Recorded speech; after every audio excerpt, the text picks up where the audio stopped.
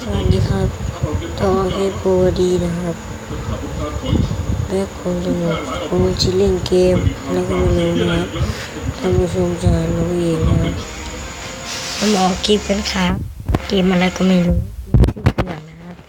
อันนี้เครื่องอะไรก็ไม่รู้แล้วแต่ก็ไม่เคยเล่นเซ็งคนหลายเลยเล่นอะไรกันดึ๊ดปักกุ้งเหรอกดมีอะไรใช้เงินเหมือนกัน EP เหรอปุกเกมอะไรของมันเนี่ยอันนี้คือตู้เกมเล่นอะไรของมันเขาล้มเหรอแกล้งตายเหรอมีการแกล้งตายไหม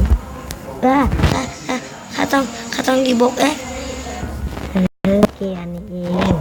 เกมไม่ให้เราลาวาข้าตกข้าตายเลยข้าต้องเข้าใหม่นะครับท่านผู้ชมเกมเหยียบลาวานะห้ามเหยียบลาวานะแขก VIP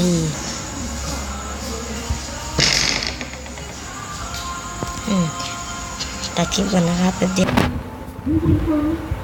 แล้วครับผมโดนนะครับผมต้องเข้าใหม่นะครับมาเล่นกันโดนดื้อไม่ใช่เข้านะมีเวลาอยู่นะครับมันมีเครื่องจิ๊กเพกบินแล้วก็ลำโพงแล้วก็ชิดโชว์อะไรของมันนะไม่รู้สินะคงจะเป็นอะไรนี้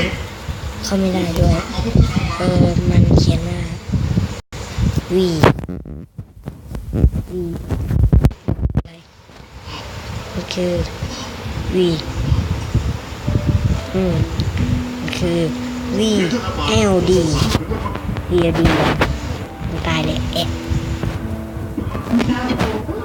แล้วผมมันไม่รู้ด้วยเป็นเรื่องเลยจะนอนเลยข้าอยากนอนมาถามข้าทำไมข้ามาแล้วโอ้ยไปแต่งชุดวันนี้ชุดเราไม่ชุด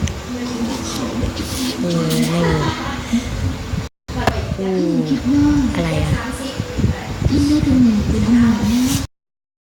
เวลาหมดก็จะเข้าเล่นนะครับต้องหยุดคลิปก่อนนะครับ3 2 1ชุดเริ่มได้เย้ไม่เข้าอยู่แล้วอาทิตย์ต้องหาขึ้นบกนะครับงั้นไฟจะมานะครับขึ้นบกข้าวเก็บตาขึ้นบกขึ้นชูแล้วว่ามันจะขึ้นมานะครับ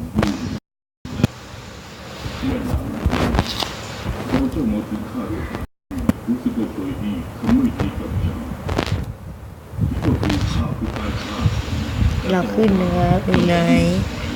อาคารโคตรใหญ่หลวงเลยเราต้องขึ้นนะครับเราขึ้นมาแล้วครับต้องขึ้นพี่ว่านะครับปังผิดแกหรือไงผิดหรอกครับคุณหญิงเร็วหนีไปเย้ชนะแล้วเห็นไหมท่านผู้ชมผมชนะนี่เรือเรานะครับเราชนะให้เพื่อนคุยชนะนะใช่เลยเราชนะ yes มันจะเล่นอะไรต่อก็เล่นมาต้องขึ้นมาแล้วของมันลาวาขึ้นมาแล้วลาวาขึ้นมาเราจะตายแล้วท่านผู้ชมจะตัดคลิปนะครับตัดคลิปก่อนเราจะมาเริ่มใหม่กันอีกนะครับมวนไว้ท่านผู้ชมมาแล้วไม่ครับตัด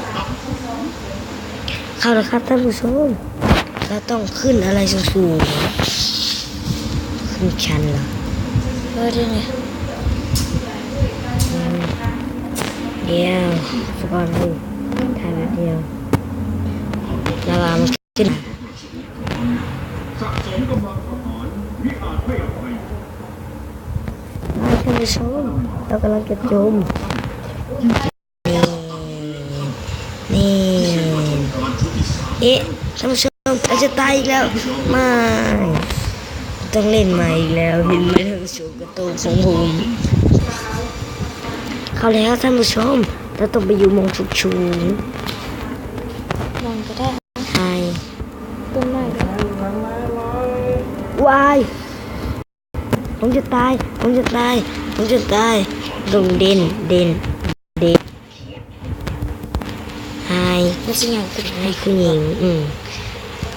เดี๋ยวนะครับมันจะง่ายขึ้นนะครับเซตกับมูลเพื่อนแกจะทำไงดีคันแกตาย ไม่รู้สิแกล่ะจะทำไง ไม่รู้ ฉันขอ สินะ กระโดดไปตายก่อนนะ ไม่อย่าโดนนะอย่าโดน โอเคฉันอยากโดดฉันคอยจับหน้าแกแป๊บหนึงนะเพื่อการอยู่ซื้อกว่าแกอีก ไม่แกขี้โกงแกต้องลงมาเย่เราชนะ เราชนะ แต่คิดกัน3 2 1จุดเอาเลยนะคะเกินนี้ โอ้จะเป็นดึกนะครับต้องขึ้นนะครับต้องขึ้นเร็ว ช้า ๆแล้วว่าขึ้นไว้ขึ้นไว้